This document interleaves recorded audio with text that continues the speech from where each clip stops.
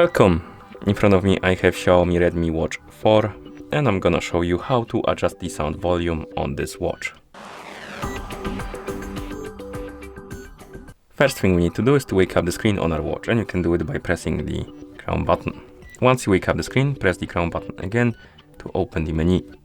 Now scroll through the menu by swiping up and down on the screen, find the settings icon, and once you find it, tap on it. In settings, scroll down and find the sounds and vibration option. Once you find it, select it, then disable the silent mode by tapping on the switch. Come on.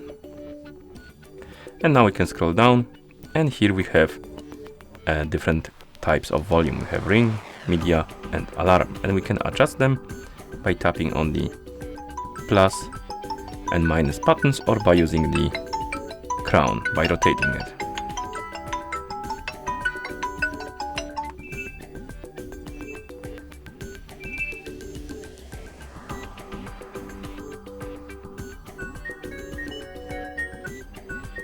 And once you're done adjusting the sound volumes, you can press the crown button to go back to watch face. And that's how you adjust the sound volume on this watch. Thank you for watching. If you found this video helpful, please consider subscribing to our channel and leaving a like on the video.